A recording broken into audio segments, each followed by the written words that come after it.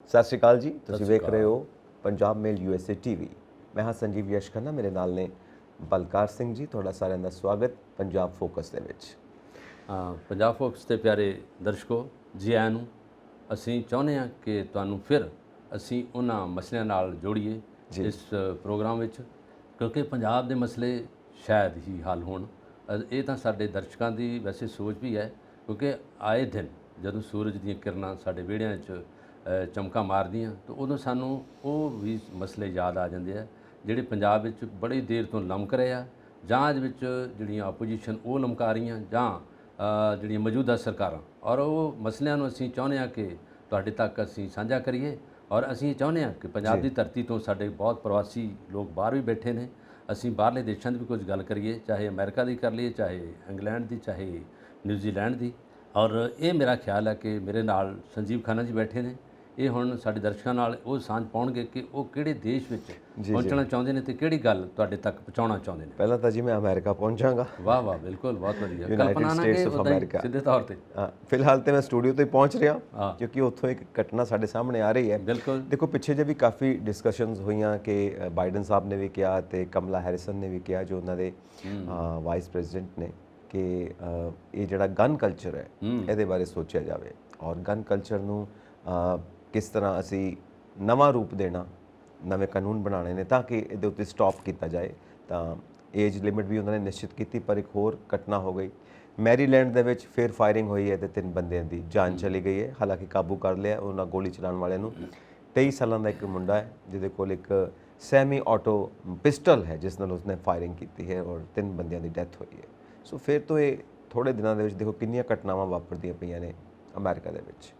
ਦੇਖ ਲਓ, ਜਿਸ ਤਰ੍ਹਾਂ ਸਾਡੇ ਦਰਸ਼ਕਾਂ ਨਾਲ ਅਸੀਂ ਹੁਣੇ ਜੇ ਗੱਲ ਕੀਤੀ ਆ ਕਿ ਕੇਵਲ ਪੰਜਾਬ ਵਿੱਚ ਹੀ ਨਹੀਂ, ਸਾਰਾ ਕੁਝ ਕਿ ਆਹ ਮਾਰ ਧਾੜ ਜਾਂ ਸਾਡੀ ਜਿਹੜੀ ਕਾਨੂੰਨੀ ਵਿਵਸਥਾ ਜਾਂ ਜ਼ਿਆਦਾ ਜਿਹੜਾ ਰੌਲਾ ਪੈ ਰਿਹਾ, ਜੀ ਮਾਰ ਧਾੜ ਹੋ ਰਹੀ ਆ ਔਰ ਕਈ ਲੋਕ ਮਾਰੇ ਜਾ ਰਹੇ ਆ, ਕਈਆਂ ਕੋਲ ਫਰੌਤੀਆਂ ਮੰਗੀਆਂ ਜਾ ਰਹੀਆਂ, ਕਈਆਂ ਕੋਲ ਪੈਸਾ ਇਕੱਠਾ ਕੀਤਾ ਜਾਂਦਾ। ਇਹ ਦੇਖ ਲਓ, ਇੱਕ ਸੁਪਰ ਕੰਟਰੀ ਹੈ ਜਿੱਥੇ ਲੋਕ ਬੜੇ ਸੂਝਵਾਨ ਪੜ੍ਹੇ ਲਿਖੇ ਆ, ਔਰ ਜਿੱਥੇ ਇਹੋ ਜਿਹੀਆਂ ਘਟਨਾਵਾਂ ਜਿਹੜੀਆਂ ਹੁੰਦੀਆਂ ਨੇ ਤੇ ਬੜੀ ਹੈਰਾਨੀਜਨਕ ਸਾਡੇ ਤੱਕ ਗੱਲ ਪਹੁੰਚਦੀ ਹੈ। ਜਿਸ ਤਰ੍ਹਾਂ ਟੈਕਸਾਸ 'ਚ ਅਸੀਂ ਦੇਖਿਆ 18 ਸਾਲ ਦੇ ਮੁੰਡੇ ਨੇ ਕਿੰਨੇ ਮੁੰਡੇ ਮਾਰ ਦਿੱਤੇ ਸਕੂਲ 'ਚ ਐਂਟਰੀ ਲੈ ਕੇ, ਜੀ ਜੀ ਔਰ ਬੰਦੂਕ ਨਾਲ ਕਿੰਨੇ ਵਿਚਾਰਿਆਂ ਦਾ ਜਿਹੜਾ ਖੂਨ ਪੀਤਾ ਉਹਨੇ, ਔਰ ਕੀ ਕੁਛ ਕਰਕੇ ਸਾਰੇ ਦੁਨੀਆ ਨੂੰ ਉਹਨੇ ਹੈਰਾਨੀਜਨਕ ਇਸ ਖਬਰ ਨਾਲ ਚਮਕਾ ਜਿਹੜਾ ਲੋਕਾਂ ਤੱਕ ਗੱਲ ਪਹੁੰਚਾਈ ਉਹਨੇ, ਔਰ ਇਹ ਮੀਡੀਆ ਰਾਹੀਂ ਪਹੁੰਚੀ।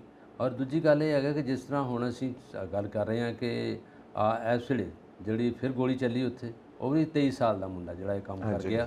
ਔਰ ਇਹ ਦੇਖੋ, ਇਹਨਾਂ ਦੇਸ਼ਾਂ ਵਿੱਚ ਜਿਹੜੀਆਂ ਗੱਲਾਂ ਵਾਪਰ ਜਾਂਦੀਆਂ ਤੇ ਜਿਹੜੇ ਡਿਵੈਲਪਿੰਗ ਕੰਟਰੀ ਆ, ਜਿਹੜੇ ਅਜੇ ਵਿਕਾਸ ਕਰ ਰਹੇ ਦੇਸ਼ ਆ, ਉਹਨਾਂ ਵਿੱਚ ਜੇ ਗੱਲ ਹੁੰਦੀ ਹੈ ਤਾਂ ਉਸੇ ਵੇਲੇ ਲੋਕਾਂ 'ਚ ਰੌਲਾ ਪੈ ਜਾਂਦਾ। ਦੇਖ ਲਓ, ਕੈਨੇਡਾ 'ਚ ਵੀ ਗੱਲ ਕਈ ਵਾਰੀ ਹੋਈ ਹੈ, ਨਿਊਜ਼ੀਲੈਂਡ 'ਚ ਵੀ ਜਿਹੜੀ ਕ੍ਰਾਈਸਟ ਚਰਚ ਗੋਲੀ ਚੱਲੀ ਆ, ਉੱਥੋਂ ਦੀ ਜਿਹੜੀ ਜੈਸਿੰਡਿਕਾ ਪ੍ਰਧਾਨ ਮੰਤਰੀ, ਉਹਨੇ ਬੜਾ ਤਰੀਕੇ ਨਾਲ ਉਸ ਗੱਲ ਨੂੰ ਉੱਤੇ ਕਾਬੂ ਪਾਇਆ। ਫਿਰ ਉਹਨਾਂ ਨੇ ਜਿਹੜੇ ਹਥਿਆਰ ਦਾ ਜਿਹੜਾ ਲਾਇਸੈਂਸ ਬਣਦਾ ਸੀ ਉਹਨੇ ਉਹਨਾਂ ਨੂੰ ਵੀ ਰੋਕਿਆ।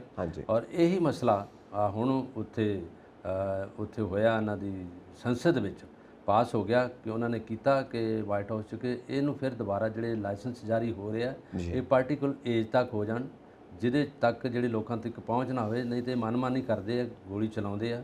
ਇਹ ਗੱਲ ਸਿਰਫ ਹਥਿਆਰ ਜਿਹੜਾ ਹਰ ਬੰਦੇ ਕੋਲ ਮਾੜਾ ਹੁੰਦਾ, ਜਿਸ ਕੋ ਵੀ ਹਥਿਆਰ ਆ ਗਿਆ, ਜਿਸ ਕੋ ਵੈਪਨ ਆ ਗਿਆ, ਉਹਨੇ ਉਹ ਚਲਾਉਣਾ ਹੀ ਆ। ਕਿਤੇ ਨਾ ਕਿਤੇ ਗੁੱਸੇ 'ਚ ਆ ਕੇ ਕਦੀ ਆਪ ਵੀ ਸੁਸਾਈਡ ਬਹੁਤ ਹੋ ਰਹੇ ਆ, ਜਿਹਦੇ 'ਚ ਅਸੀਂ ਕਈ ਵਾਰੀ ਪੰਜਾਬ ਪੁਲਿਸ ਦੇ ਆਫਿਸਰਾਂ ਦੀ ਗੱਲ ਦੇਖ ਰਹੇ, ਖਬਰ ਸੁਣਦੇ ਹਾਂ, ਜਿਹਦੇ 'ਚ ਕੁਝ ਸਟੂਡੈਂਟ ਵੀ ਹੈਗੇ ਆ, ਜਿਹਦੇ ਵਿੱਚ ਕੁਝ ਕੁੜੀਆਂ ਵੀ ਆਉਂਦੀਆਂ। ਔਰ ਇਹ ਪੰਜਾਬ 'ਚ ਨਹੀਂ, ਪੂਰੇ ਹਿੰਦੁਸਤਾਨ 'ਚ ਵੀ ਗੱਲ ਹੁੰਦੀ ਹੈ। ਇਸ ਕਰਕੇ ਸਾਨੂੰ ਲੱਗਦੀ ਹੈ ਕਿ ਸਾਡਾ ਦੇਸ਼ ਹੈ, ਸਾਡੇ ਦੇਸ਼ 'ਚ ਜਦੋਂ ਕੋਈ ਇੱਦਾਂ ਦੀ ਖਬਰ ਹੁੰਦੀ ਹੈ ਸਾਨੂੰ ਬਹੁਤ ਬੁਰੀ ਲੱਗਦੀ ਹੈ।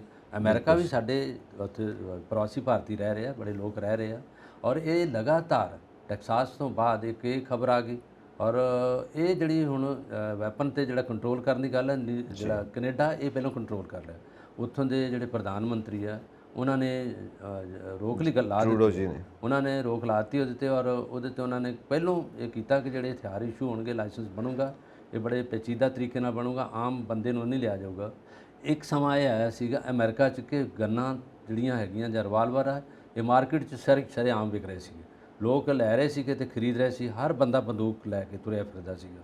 ਜਦੋਂ ਕਿ ਇੱਦਾਂ ਦੀ ਸੁਪਰ ਕੰਟਰੀ ਆ ਜਿੱਥੇ ਲੋਕਾਂ ਦੀ ਜਿਹੜੀ ਆਰਥਿਕ ਸਥਿਤੀ ਆ ਬਹੁਤ ਵਧੀਆ ਹੈਗੀ ਆ, ਪਾਏਦਾਰ ਲੋਕ ਨੇ, ਔਰ ਉਹ ਲੋਕ ਜੇ ਇਹਨਾਂ ਵਹਿਣ 'ਚ ਆ ਜਾਣ, ਇਸੇ ਤਰ੍ਹਾਂ ਦੇ ਖੂਹ 'ਚ ਆ ਡਿੱਗਣ ਤੇ ਬੜੀ ਬੁਰੀ ਗੱਲ ਲੱਗਦੀ ਹੈ। ਜਿੱਥੇ ਲੋਕ ਅਜੇ ਵਿਕਾਸ ਕਰ ਰਹੇ ਆ, ਅਜੇ ਉਹਨਾਂ 'ਚ ਅਜੇ ਝੰਜਟ ਝਮੇਲਾ ਵਾ ਪੈਸੇ ਦਾ, ਧੇਲੇ ਦਾ ਸਾਰਾ।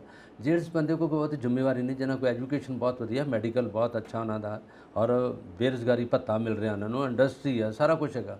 ਅਸੀਂ ਆਨੇ ਕਿ ਇੱਥੇ ਤੇ ਲੋਕ ਮਰ ਰਹੇ ਆ, ਕਈ ਵਾਰੀ ਆਰਥਿਕ ਪਾੜਾ ਭੁੱਖਮਰੀ ਦੇ ਨਾਲ ਵੀ ਮਰ ਰਹੇ ਆ, ਕਈਆਂ ਦਾ ਇਲਾਜ ਨਹੀਂ ਹੁੰਦਾ, ਉਹ ਸੁਸਾਈਡ ਕਰ ਜਾਂਦੇ ਆ। ਕਈ ਚੀਜ਼ਾਂ ਦੀਆਂ ਇੱਥੇ ਮਜਬੂਰੀਆਂ ਇਹਨਾਂ 'ਚ, ਪਾਕਿਸਤਾਨ 'ਚ, ਬੰਗਲਾਦੇਸ਼ 'ਚ, ਇਹਦੇ 'ਚ ਜਿਹੜਾ ਹੈਗਾ ਸ਼੍ਰੀਲੰਕਾ 'ਚ ਦੇਖੋ ਕੀ ਹਾਲ ਹੋ ਗਿਆ। ਔਰ ਚਾਈਨਾ ਵਰਗੇ ਦੇਸ਼ ਤਾਂ ਸੁਪਰ ਦੇਸ਼, ਉਹਨਾਂ 'ਚ ਤਾਂ ਕੋਈ ਇੱਦਾਂ ਦੀ ਗੱਲ ਨਹੀਂ, ਪਰ ਫਿਰ ਵੀ ਗਰੀਬੀ ਜਿਹੜੀ ਆ ਹਰ ਦੇਸ਼ 'ਚ ਆ। ਅਮਰੀਕਾ ਵੀ ਇਸ ਗੱਲ 'ਤੇ ਜੂਝ ਰਿਹਾ। ਜਿਹੜੇ ਪੁਲ ਨੇ, ਪੁਲਾਂ 'ਚ ਕਿਸੇ ਵੀਡੀਓ ਦੇਖੋ, ਪੁਲਾਂ ਦੇ ਥੱਲੇ ਉਸ ਤਰ੍ਹਾਂ ਵਿਚਾਰੇ ਬੈਠੇ ਆ, ਉੱਦਾਂ ਹੀ ਮੰਗ ਰਹੇ ਆ, ਉਸੇ ਤਰ੍ਹਾਂ ਕੱਪੜੇ ਮੰਗ ਰਹੇ ਆ, ਲੋਕ ਦਿੰਦੇ ਉਹਨਾਂ ਨੂੰ ਆ ਕੇ, ਜਿਹਦੇ 'ਚ ਖਾਸ ਤੌਰ 'ਤੇ ਪੰਜਾਬੀ ਪ੍ਰਵਾਸੀ ਭਾਰਤੀ ਜ਼ਿਆਦਾ ਨਜ਼ਰ ਆਉਣਗੇ। ਇਹ ਹੈਗੀ ਆ ਇਸ ਵੇਲੇ ਗਲੋਬਲਾਈਜੇਸ਼ਨ, ਵਿਸ਼ਵ ਦੀ ਇੱਕ ਨਿਊਜ਼ ਜਿਹੜੀ ਅੰਤਰਰਾਸ਼ਟਰੀ ਤੌਰ 'ਤੇ ਲੋਕਾਂ ਦੇ ਦਿਲਾਂ 'ਚ ਨਹੀਂ, ਲੋਕਾਂ ਦੇ ਪੂਰੇ ਸਰੀਰ 'ਚ ਘਰ ਕਰ ਗਈ ਹੈ, ਜਿਹਨੂੰ ਅਸੀਂ ਗਰੀਬੀ ਕਹਾਂਗੇ, ਜਾਂ ਜਿਹਦੇ 'ਚ ਅਸੀਂ ਕਹਾਂਗੇ ਕਿ ਲੋਕ ਇਸ ਵੇਲੇ ਬਿਲਕੁਲ ਗਲਤ ਤਰੀਕੇ ਨਾਲ ਲੋਕਾਂ ਨਾਲ ਪੇਸ਼ ਆ ਰਹੇ ਆ। ਜਿਸ ਤਰ੍ਹਾਂ ਹੁਣ ਆਹ ਖਬਰ ਸੁਣੀ ਹੈ, ਦੇਖ ਲਓ ਕਿੰਨੀ ਗੱਲ ਮਾੜੀ ਹੈ ਕਿ 23 ਸਾਲ ਦਾ ਮੁੰਡਾ ਜਿਹੜਾ ਕਈਆਂ ਲੋਕਾਂ ਨੂੰ ਜਿਹੜਾ ਸਦਾ ਦੀ ਨੀਂਦੇ ਸਵਾ ਗਿਆ। ਇਹ ਗੱਲਾਂ ਬਹੁਤ ਮਾੜੀਆਂ। ਤੁਹਾਡੀ ਇਹ ਗੱਲ ਬਿਲਕੁਲ ਦਰੁਸਤ ਹੈ। ਹਾਂਜੀ, ਹੁਣ ਆਪਾਂ ਪੰਜਾਬ ਦੀ ਧਰਤੀ ਦੀ ਗੱਲ ਕਰੀਏ, MSP ਤੈਅ ਹੋ ਗਈ ਹੈ, ਖੁਸ਼ਖਬਰੀ ਹੈ, ਪਰ ਨਾਲ ਦੀ ਨਾਲ ਇਹ ਵੀ ਹੈ ਕਿ ਪਬਲਿਕ ਨੂੰ ਜਿਹੜਾ ਅਨਾਜ ਮਿਲਣਾ ਹੈ, ਆਟਾ ਦਾਲ ਮਿਲਣੀ ਹੈ, ਮਹਿੰਗਾਈ ਦੀ ਮਾਰ ਹੋਰ ਝੱਲਣੀ ਪੈਣੀ, ਮਹਿੰਗਾਈ ਹੋਰ ਜ਼ਿਆਦਾ ਹੋ ਜਾਏਗੀ, ਤੇਲ ਦੀਆਂ ਕੀਮਤਾਂ ਵੀ ਵਧਣਗੀਆਂ, ਜਿਹੜਾ ਖਾਣ ਦਾ ਤੇਲ ਹੈ, ਐਡੀਬਲ ਆਇਲ, ਨਾਲ ਦੀ ਨਾਲ ਦਾਲਾਂ ਦੀਆਂ ਕੀਮਤਾਂ, ਆਟੇ ਦੀਆਂ ਕੀਮਤਾਂ। ਸੋ ਇੱਕ ਪਾਸੇ ਸ਼ਰਾਬ ਸਸਤੀ, ਰੋਟੀ ਮਹਿੰਗੀ। ਹੁਣ ਇਹ ਹਾਲਾਤ ਪੰਜਾਬ ਦੇ ਵਿੱਚ ਪੈਦਾ ਹੋਣ ਜਾ ਰਹੇ ਨੇ। ਬਿਲਕੁਲ ਗੱਲ ਤੁਹਾਡੀ ਸਹੀ ਹੈ ਕਿ ਜਿਹੜੀ ਆਮ ਲੋਕ ਨੇ, ਜਿਹੜੇ ਵਿਚਾਰੇ ਇਸ ਆਬਾਦੀ 'ਚ ਰਹਿ ਰਹੇ ਆ, ਜਿਹੜੇ ਦਿਹਾੜੀਦਾਰ ਆ, ਗਰੀਬ ਆ, ਜਿਨ੍ਹਾਂ ਦੇ ਬੱਚੇ ਆ, ਉਹਨਾਂ ਲਈ ਇਹ ਖਬਰ ਬੜੀ ਮਾੜੀ ਹੁੰਦੀ ਹੈ। ਜਿੱਦਾਂ MSP ਆ, ਜਿਹੜੀ ਘੱਟੋ ਘੱਟ ਸਮਰਥਨ ਮੁੱਲ ਕੇਂਦਰ ਨੇ ਦੇ ਦਿੱਤਾ, ਜਿਸ 'ਚ ਹਾੜੀ ਤੇ ਸਾਉਣੀ ਦੀਆਂ ਫਸਲਾਂ ਨੂੰ, ਇਸ ਵੇਲੇ ਜਿਹੜੀ ਸਾਉਣੀ ਦੀ ਫਸਲ ਆ ਰਹੀ ਹੈ, ਜਿਸ 'ਚ ਝੋਨਾ, ਉਹ ਝੋਨੇ ਨੂੰ 100 ਰੁਪਇਆ ਪ੍ਰਤੀ ਕੁਇੰਟਲ ਇਜ਼ਾਫਾ ਹੋ ਗਿਆ, ਅਤੇ ਜਿਹੜੀ ਮੱਕੀ ਆ ਉਹਦਾ 92 ਰੁਪਏ ਪ੍ਰਤੀ ਕੁਇੰਟਲ, ਔਰ ਸਭ ਤੋਂ ਜ਼ਿਆਦਾ ਜਿਹੜਾ ਤਿਲਾਂ ਨੂੰ, ਜਿਹਦੇ ਤੇਲ ਅਸੀਂ ਵਰਤਦੇ ਹਾਂ, ਉਹਨੂੰ 523 ਰੁਪਏ ਜਿਹੜਾ ਉਹ ਬੜਾਵਾ ਹੋ ਗਿਆ, ਔਰ ਉਹਦੇ ਨਾਲ ਤੇਲ ਵਾਲੀਆਂ ਫਸਲਾਂ ਦਾ ਵੀ ਹੋ ਗਿਆ। ਮੂੰਗੀ ਦਾ ਤਾਂ ਪਹਿਲਾਂ ਵੀ ਕੀਤਾ ਸੀ, ਉਹ 75 ਤੋਂ 7572 ਰੁਪਏ ਉਹਦਾ ਰੇਟ ਵਧਿਆ ਮੂੰਗੀ ਦਾ। ਜਦੋਂ ਕਿ ਪੰਜਾਬ 'ਚ ਜੇ ਦਾਲਾਂ ਇੰਨੀਆਂ ਨਹੀਂ ਬੀਜਦੇ, ਪਰ ਫਿਰ ਵੀ 30 ਮੈਟਰਿਕ ਟਨ ਜਿਹੜਾ ਇੱਥੋਂ ਪੈਦਾ ਹੁੰਦੀ ਹੈ ਜਿਹੜੀ ਮੂੰਗੀ। ਔਰ ਇਹਦੇ ਵਿੱਚ ਇਹ ਹੋ ਗਿਆ ਕਿ ਜੇ ਅਸੀਂ ਗੱਲ ਕਰੀਏ, ਹੁਣ ਆਬਕਾਰੀ ਨੀਤੀ ਜਿਹੜੀ ਆ ਗਈ ਹੈ, ਉਹ 1 ਜੁਲਾਈ ਤੋਂ ਲਾਗੂ ਹੋਣੀ ਹੈ, ਔਰ ਉਹਦੇ 'ਚ ਇਹਨਾਂ ਨੇ ਕਿਹਾ ਕਿ ਜਿਹੜੇ ਪੜੋਸੀ ਸੂਬੇ ਨੇ, ਪ੍ਰਾਂਤ ਨੇ, ਉਹਨਾਂ ਤੋਂ ਜਿਹੜੀ ਸ਼ਰਾਬ ਆ ਕੇ ਵਿਕਦੀ ਸੀ, ਉੱਤੇ ਅਸੀਂ ਰੋਕ ਲਾਵਾਂਗੇ, ਤਾਂ ਕਿ ਪੰਜਾਬ ਦੀ ਜਿਹੜੀ ਬਣੀ ਹੈ, ਡਿਸਟਿਲਰੀਆਂ ਪੰਜਾਬ 'ਚ ਬਹੁਤ ਹੈਗੀਆਂ, ਜਿਸ 'ਚ ਬਲੈਂਡਡ ਵਿਸਕੀ ਆ, ਦੂਸਰੀਆਂ ਕੰਟਰੀ ਮੇਡ ਵੀ ਆ, ਕਈ ਤਰ੍ਹਾਂ ਦੀਆਂ ਵਿਸਕੀਆਂ ਬਣਦੀਆਂ। ਉਹ ਕਹਿੰਦੇ ਕਿ ਇਹਦੇ 'ਚੋਂ ਆਬਕਾਰੀ ਨੀਤੀ ਨਾਲ ਬਹੁਤ ਜਿਹੜਾ ਆਰਥਿਕ ਜਿਹੜੀ ਆ ਪੱਧਰ ਵਧੇਗਾ, ਔਰ ਇਹਦੇ 'ਚ ਇਨਕਮ ਵਧੇਗੀ ਪੰਜਾਬ ਗੌਰਮੈਂਟ। 40% ਤੋਂ ਜ਼ਿਆਦਾ ਮੁਨਾਫਾ ਹੋਣ ਜਾ ਰਿਹਾ। ਜੋ ਪਹਿਲਾਂ ਪਿਛਲੇ ਸਾਲ ਐਕਸਾਈਜ਼ ਡਿਊਟੀ ਤੋਂ ਫਾਇਦਾ ਹੋਇਆ ਸੀ, ਉਹਦੇ 40% ਤੋਂ ਜ਼ਿਆਦਾ ਇਜ਼ਾਫਾ ਹੋਏਗਾ। ਸੋ ਹੋਰ ਜ਼ਿਆਦਾ ਕਲੈਕਸ਼ਨ ਹੋਏਗੀ ਤੇ ਖਜ਼ਾਨੇ ਭਰਨਗੇ ਪੰਜਾਬ ਦੇ, ਕਿਉਂਕਿ ਸ਼ਰਾਬ ਬਹੁਤ ਵਿਕੇਗੀ, ਸਸਤੀ ਕਰ ਦਿੱਤੀ ਹੈ ਤਾਂ ਕਿ ਇਹਦੀ ਸੇਲ ਜ਼ਿਆਦਾ ਹੋ ਸਕੇ, ਲੋਕ ਵੱਧ ਤੋਂ ਵੱਧ ਸ਼ਰਾਬ ਪੀਣ, ਪੰਜਾਬ 'ਚ ਕੰਜ਼ੰਪਸ਼ਨ ਜ਼ਿਆਦਾ, ਐਕਸਾਈਜ਼ ਮਿਲੇ ਸਾਡੇ ਪੰਜਾਬੀ ਸੂਬੇ ਨੂੰ। ਠੀਕ ਹੈ, ਤਾਂ ਇਹ ਚੀਜ਼ ਹੈ, ਕਿਉਂਕਿ ਹਾਸਾ ਵੀ ਆਉਂਦਾ ਕਿ ਦੱਸੋ ਇਹ ਕੀ ਹੋ ਰਿਹਾ ਹੈ, ਮਤਲਬ ਸ਼ਰਾਬ ਵੱਧ ਪੀਓ ਜੀ ਤੇ ਵੱਧ ਪੈਸਾ ਦਿਓ। ਸਾਰੀ ਸਰਕਾਰਾਂ ਨੇ, ਇਹ ਭਗਵੰਤ ਮਾਨ ਦੀ ਸਰਕਾਰਾਂ ਨੇ ਕੀਤਾ, ਪਿਛਲੀ ਸਾਰੀਆਂ ਸਰਕਾਰਾਂ ਮਤਲਬ ਪੂਰਾ ਖਿਆਲ ਦਿੱਤਾ, ਉਹਨਾਂ ਨੇ ਪੂਰਾ ਖਿਆਲ ਦਿੱਤਾ ਹੈ। ਔਰ ਜੇ ਤੁਸੀਂ ਗੱਲ ਕੀਤੀ ਅੱਗੇ ਆਟੇ ਦਾਣੇ ਦੀ, ਜਾਂ ਜੋ ਦਾਲਾਂ ਨੇ ਉਹ ਮਹਿੰਗੀਆਂ ਮਹਿੰਗੀਆਂ ਹੋਣਗੀਆਂ, ਉਹਦੇ 'ਚ ਜਿਹੜਾ ਦਾਲ ਆ ਉਹ ਵੀ ਬੜੀ ਮਹਿੰਗੀ, ਉਹ 100 ਰੁਪਏ ਤੋਂ ਉੱਪਰ ਹੀ ਕਿਲੋ ਮਿਲ ਰਹੀ ਹੈ। ਕੰਟਰਾਸਟ ਹੀ ਕਰਦਾ ਪਿਆ ਕਿ ਰੋਟੀ ਪਾਣੀ ਛੱਡ ਦਿਓ ਤੇ ਸ਼ਰਾਬ ਪੀਓ, ਉਹ ਸਸਤੀ ਹੈ। ਰੋਟੀ ਦਾਲ ਦਾ ਕੀ ਕਰਨਾ ਆਪਾਂ, ਉਹ ਤਾਂ ਆਪਣੇ ਕੰਮ ਨਹੀਂ ਆਉਣੀ, ਸ਼ਰਾਬ ਕੰਮ ਆਉਣੀ ਹੈ ਆਪਣੇ। ਪਤਾ ਨਹੀਂ ਮਤਲਬ ਜੇ ਕਿਸੇ ਬੰਦੇ ਨੂੰ ਜਿਹੜਾ ਸੰਜੀਦਾ ਬੰਦੇ ਨੇ, ਜਾਂ ਬਿਲਕੁਲ ਜਿਹਨੂੰ ਆਪਾਂ ਕਹੀਏ ਕਿ ਸੰਸਕਾਰਾਂ ਨਾਲ ਜੁੜੇ ਹੋਏ ਲੋਕ, ਉਹਨਾਂ ਨੂੰ ਇਹ ਗੱਲ ਬੜੀ ਅਜੀਬ ਲੱਗਦੀ ਹੈ। ਉਹ ਇਸ ਇਕਨੋਮਿਕਸ 'ਚ ਨਹੀਂ ਜਾਣਗੇ ਕਿੱਧਰੋਂ ਪੈਸਾ ਆ ਰਿਹਾ ਤੇ ਕਿਵੇਂ ਆ ਰਿਹਾ। ਉਹ ਸਿੱਧੀ ਸਾਦੀ ਗੱਲ ਕਰਨਗੇ ਵੀ ਤੁਸੀਂ ਸਿਟੀਜ਼ਨਸ ਦੀਆਂ ਸਿਹਤਾਂ ਨਾਲ ਖੇਡ ਰਹੇ ਹੋ। ਠੀਕ ਹੈ, ਪਾਲਿਸੀ ਹੈ, ਤੇ ਜਿੱਥੇ ਖੁਰਾਕ ਚਾਹੀਦੀ ਹੈ ਉਹ ਖੁਰਾਕ ਮਹਿੰਗੀ ਕਰ ਦਿੱਤੀ ਗਈ ਹੈ, ਜਿਹੜੀ ਸਿਹਤ ਨੂੰ ਬਣਾਏਗੀ, ਜਿਹੜੀ ਸਿਹਤ ਨੂੰ ਖਰਾਬ ਕਰੇਗੀ ਉਹ ਸਸਤੀ ਕਰ ਦਿੱਤੀ ਗਈ ਹੈ। ਮਤਲਬ ਤੁਹਾਨੂੰ ਇਹ ਤੁਸੀਂ ਇਹਦੇ 'ਤੇ ਕੀ ਕਮੈਂਟ ਕਰਨਾ ਚਾਹੋਗੇ? ਤੁਹਾਨੂੰ ਕੀ ਲੱਗਦਾ ਇਹ ਪਾਲਿਸੀ ਕੀ ਹੈ? ਇਹ ਕੋਈ ਸੰਤੁਲਨ ਬਣਦਾ ਪਿਆ ਜਾਂ ਕੀ ਬਣਦਾ ਪਿਆ? ਇਹ ਜੋ ਭਾਰਤ ਦੇ ਨਾਗਰਿਕ ਜਾਂ ਪੰਜਾਬ ਦੇ ਨਾਗਰਿਕ ਨੇ, ਫਿਲਹਾਲ ਆਪਾਂ ਗੱਲ ਕਰੀਏ, ਠੀਕ ਹੈ ਪਾਲਿਸੀ ਦੇ ਨਾਂ ਤੇ ਤੁਸੀਂ ਕੋਈ ਵੀ ਪਾਲਿਸੀ ਬਣਾ ਸਕਦੇ ਹੋ, ਇਹ ਕਿੱਧਰ ਨੂੰ ਜਾ ਰਿਹਾ ਕਿਉਂਕਿ MSP ਜ਼ਰੂਰ ਤੁਸੀਂ ਤੈਅ ਕਰ ਦਿੱਤੀ ਪਰ ਪ੍ਰਾਈਵੇਟ ਕੰਪਨੀਜ਼ ਇਹਦੇ ਵਿੱਚ ਦਖਲਅੰਦਾਜ਼ੀ ਕਰਨਗੀਆਂ ਕਿਉਂਕਿ ਉਹਨਾਂ ਨੇ ਸਮਾਨ ਵੇਚਣਾ, ਖਰੀਦਿਆ ਉਹਨਾਂ ਨੇ ਹੈ ਤਾਂ ਉਹਨਾਂ ਨੇ ਪੂਰਾ ਮੁਨਾਫਾ ਲੈਣਾ ਹੈ ਕਿਉਂਕਿ ਲੋਕਾਂ ਦੀਆਂ ਜ਼ਰੂਰਤਾਂ ਨੇ। ਹੁਣ ਰੋਟੀ ਤਾਂ ਜ਼ਰੂਰਤ ਹੈ, ਬੇਸਿਕ ਜ਼ਰੂਰਤ ਹੈ, ਉਹ ਜਿੰਨੀ ਮਹਿੰਗੀ ਕਰ ਦੇਣਗੇ ਉਨੀ ਮਹਿੰਗੀ ਤੁਹਾਨੂੰ ਖਰੀਦਣੀ ਪਏਗੀ, ਨਹੀਂ ਤਾਂ ਭੁੱਖੇ ਮਰੋ। ਸੋ ਦਾਣਾ ਜਿੰਨੀਆਂ ਮਰਜ਼ੀ ਮਹਿੰਗੀਆਂ ਕਰ ਦੇਣ ਖਰੀਦਣੀਆਂ ਪੈਣਗੀਆਂ, ਨਹੀਂ ਤਾਂ ਭੁੱਖੇ ਮਰੋ। ਜੇ ਅਨਾਜ ਮਹਿੰਗਾ ਹੈ ਮਤਲਬ ਕਹਿੰਦੇ ਨੇ ਕਿ ਜੇ ਕਿਸੇ ਨੂੰ ਕੰਟਰੋਲ ਕਰਨਾ ਨਾ ਤੁਸੀਂ ਤਾਂ ਉਹਦੀ ਰੋਟੀ ਨੂੰ ਕੰਟਰੋਲ ਕਰ ਲਵੋ, ਉਹ ਆਪੇ ਤੁਹਾਡਾ ਗੁਲਾਮ ਬਣ ਜਾਏਗਾ। ਕਿਉਂ? ਕਿਉਂਕਿ ਰੋਟੀ ਤੋਂ ਉੱਤੇ ਕੁਝ ਵੀ ਨਹੀਂ ਹੈ। ਭੁੱਖ ਦੇ ਸਾਹਮਣੇ ਕੋਈ ਬੰਦਾ ਰਾਜ ਗੱਦੀ ਤੱਕ ਆਪਣੀ ਛੱਡ ਸਕਦਾ ਹੈ। ਜੇ ਉਹਨੂੰ ਕਹੋ ਨਾ ਤੈਨੂੰ ਰੋਟੀ ਦੇ ਦਾਂਗੇ ਤੇ ਤੂੰ ਰਾਜ ਗੱਦੀ ਛੱਡ ਦੇ, ਉਹਨੂੰ ਭੁੱਖ ਲੱਗੀ ਹੋਏ ਡਾਢੀ, ਉਹ ਛੱਡ ਦੇਗਾ ਕਿਉਂਕਿ ਭੁੱਖ ਐਸੀ ਚੀਜ਼ ਹੈ। ਤਾਂ ਇਸ ਕਰਕੇ ਇਸ ਚੀਜ਼ ਨੂੰ ਮਹਿੰਗਾ ਕਰ ਦਿੱਤਾ ਜਾਵੇ, ਜਿਹੜੀ ਬੇਸਿਕ ਜ਼ਰੂਰਤ ਹੈ ਉਸ ਨੂੰ ਮਹਿੰਗਾ ਕਰੋ, ਮੁਨਾਫਾ ਕਮਾਓ। ਇਹ ਤੁਹਾਨੂੰ ਕਿੱਦਾਂ ਦੀ ਸੋਚ ਲੱਗਦੀ ਹੈ? ਜਿਸ ਤਰ੍ਹਾਂ ਪੰਜਾਬ ਦੇ ਅੰਕੜੇ ਦੱਸਦੇ ਆ ਫਸਲਾਂ ਦੇ, ਉਹਦੇ 'ਚ ਇਹ ਹੈਗਾ ਕਿ ਜਿਹੜੀਆਂ ਜਿਸ ਤਰ੍ਹਾਂ ਤੁਸੀਂ ਜ਼ਿਕਰ ਕੀਤਾ ਪ੍ਰਾਈਵੇਟ ਕੰਪਨੀਆਂ ਦਾ, ਪ੍ਰਾਈਵੇਟ ਕੰਪਨੀਆਂ 40 ਤੋਂ 70% ਤੱਕ ਇਹ ਮੁਨਾਫਾ ਖੱਟਣਗੇ ਇਸੇ ਮਾਮਲੇ 'ਚ, ਜਦੋਂ ਕਿ ਬਾਕੀ ਚੀਜ਼ਾਂ ਜਿਹੜੀਆਂ ਮਹਿੰਗੀਆਂ ਹੋ ਗਈਆਂ। ਮਹਿੰਗੇ ਹੋਣ ਤੋਂ ਬਾਅਦ ਜਦੋਂ ਇਹਨਾਂ ਨੇ ਫਿਰ ਲੈ ਲਈਆਂ, ਲੈਣ ਤੋਂ ਬਾਅਦ ਜਦੋਂ ਉਹਨਾਂ ਨੇ ਖਰੀਦੀਆਂ ਤਾਂ ਫਿਰ ਉਹ ਪੈਸਾ ਉਹਨਾਂ ਦੇ ਗੱਲਿਆਂ 'ਚ ਜਾਊਗਾ। ਇਹ ਹੋ ਗਈ ਗੱਲ ਪ੍ਰਾਈਵੇਟ ਕੰਪਨੀਆਂ ਦੀ। ਪਰ ਜਦੋਂ ਅਸੀਂ ਆਮ ਵਰਤੋਂ 'ਚ ਲਿਆਉਣ ਵਾਲੀਆਂ ਚੀਜ਼ਾਂ ਜਿਹੜੀਆਂ ਜਿਸ 'ਚ ਦਾਲਾਂ ਨੇ, ਤੇਲ ਹੈਗਾ, ਆਟਾ ਤਾਂ ਰੋਜ਼ ਹੀ ਹੈ, ਆਟਾ ਤਾਂ ਪੱਕਣਾ ਹੀ ਹੈਗਾ। ਜਦੋਂ ਆਉਂਦੇ ਨਾ ਵੀ ਪੇਟ ਨਾ ਪਈਆਂ ਰੋਟੀਆਂ ਤੇ ਸਭੇ ਗੱਲਾਂ ਖੋਟੀਆਂ, ਉਹ ਤੋਂ ਬਗੈਰ ਕੁਛ ਨਹੀਂ ਗੱਲ ਸੁੱਝਦੀ। ਰੋਟੀ ਤੋਂ ਬਗੈਰ ਤਾਂ ਗੱਲ ਨਹੀਂ ਚੱਲਣੀ। ਕਰੋੜਾਂਪਤੀ ਅਰਬਪਤੀ ਰਾਤ ਨੂੰ ਰੋਟੀ ਤੋਂ ਬਗੈਰ ਨੀਂਦ ਨਹੀਂ ਆਊਗੀ ਤੇ ਗਰੀਬ ਆਦਮੀ ਵਿਚਾਰਾ ਜਿਹੜਾ ਦਿਹਾੜੀ ਕਰਕੇ ਉਹਨੇ ਤਾਂ ਰੋਟੀ ਖਾਣੀ ਹੈ। ਮਸਲਾ ਇੱਕ ਹੈ ਰੋਟੀ ਦਾ, ਜਿਹਦੇ 'ਤੇ ਸਾਰੀ ਦੁਨੀਆ ਦੀ ਲੜਾਈ ਹੁੰਦੀ ਹੈ, ਸਾਰੇ ਦੇਸ਼ ਲੜਦੇ ਆ। ਪਰ ਕਈ ਜ਼ਿਆਦਾ ਕਹਿ ਲੈਂਦੇ ਕਿ ਸਟੋਰ ਕਰ ਦਈਏ ਹਰ ਚੀਜ਼ਾਂ ਨੂੰ, ਹਰ ਤਰੀਕੇ ਨਾਲ ਸਟੋਰ ਹੋ ਜਾਣ। ਜਦੋਂ ਅਸੀਂ ਗੱਲ ਕਰਦੇ ਹਾਂ ਪਿਆਜ਼ ਜਿੱਦਾਂ ਆਟੇ ਵਾਂਗੂ ਪੈਂਦਾ, ਆਟਾ ਰੋਜ਼ ਪੱਕਦਾ, ਪਿਆਜ਼ ਵੀ ਹਰ ਸਬਜ਼ੀ 'ਚ ਪੈਂਦਾ। ਹਰ ਸਬਜ਼ੀ 'ਚ ਜੇ ਅਸੀਂ ਬਣਾਉਂਦੇ ਹਾਂ ਉਹਦੇ 'ਚ ਪਿਆਜ਼ ਤਾਂ ਪੈਣਾ। ਫਿਰ ਜੇ ਅਸੀਂ ਮੀਟ ਬਣਾਉਂਦੇ ਉਹਦੇ 'ਚ ਤਾਂ ਪਿਆਜ਼ ਜ਼ਿਆਦਾ ਹੀ, ਉਹਦੇ 'ਚ ਲਸਣ ਵੀ ਪਏਗਾ, ਟਮਾਟਰ ਵੀ ਪਏਗਾ, ਮਿਰਚਾਂ ਵੀ ਪੈਣਗੀਆਂ, ਅਦਰਕ ਵੀ ਪਏਗਾ, ਉਹ 'ਚ ਸਾਰਾ ਕੁਝ ਪੈਣਾ। ਪਰ ਇਹ ਪਿਆਜ਼ ਜਦੋਂ ਲੋਕ ਸਟੋਰ ਕਰ ਲਿਆ ਇਸ ਵੇਲੇ ਤਾਂ ਠੀਕ ਹੈ, ਜਦੋਂ ਸਟੋਰ ਕਰ ਲੈਂਦੇ 80 ਰੁਪਏ 90 ਰੁਪਏ 100 ਤੋਂ ਵੀ ਉੱਪਰ ਚਲੇ ਗਿਆ ਸੀ। ਔਰ ਉਹਦੇ 'ਚ ਇਹ ਸੀਗਾ ਕਿ ਨਾਸਿਕ ਤੋਂ ਆਉਂਦਾ ਰਿਹਾ, ਮਹਾਰਾਸ਼ਟਰ ਤੋਂ ਪਿਆਜ਼। ਹੁਣ ਪੰਜਾਬ 'ਚ ਤਾਂ ਪੈਦਾਵਾਰ ਓਨੀ ਹੋਈ, ਲਸਣ ਵੀ ਓਨਾ ਹੀ ਹੈਗਾ, ਅਦਰਕ ਵੀ ਓਨਾ ਹੀ ਪੈਦਾ ਹੁੰਦਾ, ਓਨਾ ਹੀ ਪਿਆਜ਼ ਹੁੰਦਾ। ਖੈਰ ਇਹ ਤਾਂ ਚੀਜ਼ਾਂ ਕਾਮਨ ਨੇ। ਇਹ ਤਾਂ ਮੀਟ ਵਿੱਚ ਕੀ ਕਿ ਇਹ ਤਾਂ ਤੜਕਾ ਹੈ, ਬੇਸਿਕ ਪੰਜਾਬੀ ਤੜਕਾ ਹੈ। ਪੰਜਾਬੀ ਤੜਕੇ ਦੇ ਵਿੱਚ ਸਭ ਕੁਝ ਪੈਂਦਾ। ਤਾਂ ਭਾਵੇਂ ਉਹ ਦਾਲ ਨੂੰ ਹੀ ਤੜਕਾ ਲਗਾਉਣਾ ਹੋਵੇ, ਉੱਥੇ ਵੀ ਕਈ ਵਾਰ ਲਸਣ, ਪਿਆਜ਼, ਟਮਾਟਰ, ਅਦਰਕ ਸਭ ਕੁਝ ਪਏਗਾ। ਸੋ ਮਿਰਚਾਂ ਪੈਣਗੀਆਂ, ਕਈ ਲਾਲ ਮਿਰਚਾਂ ਬੜੀ ਤੇਜ਼ ਖਾਂਦੇ ਨੇ। ਸੋ ਇਹ ਸਭ ਚੀਜ਼ਾਂ ਤਾਂ ਪੈਣਗੀਆਂ। ਮੇਰੇ ਕਹਿਣ ਦਾ ਮਤਲਬ ਇਹ ਹੈ ਕਿ ਅਸੀਂ ਕਿਸ ਤਰ੍ਹਾਂ ਦਾ ਲੋਕਤੰਤਰ ਚਲਾ ਰਹੇ ਹਾਂ। ਸੋਚਣ ਵਾਲੀ ਗੱਲ ਇਹ ਹੈ ਕਿ ਲੋਕਾਂ ਦੀਆਂ ਸਿਹਤਾਂ ਨਾਲ ਖੇਡੋ, ਸ਼ਰਾਬ ਸਸਤੀ ਕਰੋ ਤੇ ਜਿਹੜੀ ਚੀਜ਼ ਸਿਹਤ ਬਣਾਉਂਦੀ ਉਹ ਮਹਿੰਗੀ ਕਰੋ। ਇਹ ਕਿੱਦਾਂ ਦਾ ਲੋਕਤੰਤਰ ਚਲਾ ਰਹੇ ਹਾਂ। ਤੇ ਜਿਹੜੀਆਂ ਪ੍ਰਾਈਵੇਟ ਕੰਪਨੀਆਂ ਨੇ ਉਹ ਆਪਣਾ ਮੁਨਾਫਾ ਕਮਾਉਣ, ਮਤਲਬ ਕਿਸੇ ਨਾਲ ਕੋਈ ਲੈਣਾ ਦੇਣਾ ਨਹੀਂ ਹੈ। ਸਿਰਫ ਆਪਣਾ ਬਾਟਮ ਲਾਈਨ ਇਜ਼ ਕਿ ਇੱਕ ਬੈਲੈਂਸ ਸ਼ੀਟ ਤਿਆਰ ਕਰ ਲਓ। ਲਾਈਫ ਨੂੰ ਤੁਸੀਂ ਬੈਲੈਂਸ ਸ਼ੀਟ ਬਣਾ ਲਿਆ, ਪ੍ਰੋਫਿਟ ਲਾਸ। ਆਫਟਰ ਆਲ ਇਨਸਾਨ ਨੂੰ ਇਨਸਾਨ ਸਮਝੋ, ਇਹ ਕੀ ਪ੍ਰੋਡਕਟਸ ਥੋੜ੍ਹਾ ਨੇ ਕਿ ਇਨਸਾਨ ਨੂੰ ਤੁਸੀਂ ਪ੍ਰੋਡਕਟਸ ਵਾਕਨ ਡੀਲ ਕਰ ਰਹੇ ਹੋ ਕਿ ਕਿੱਥੋਂ ਅਸੀਂ ਖਿੱਚ ਸਕਦੇ ਹਾਂ ਮਨੀ ਖਿੱਚੋ।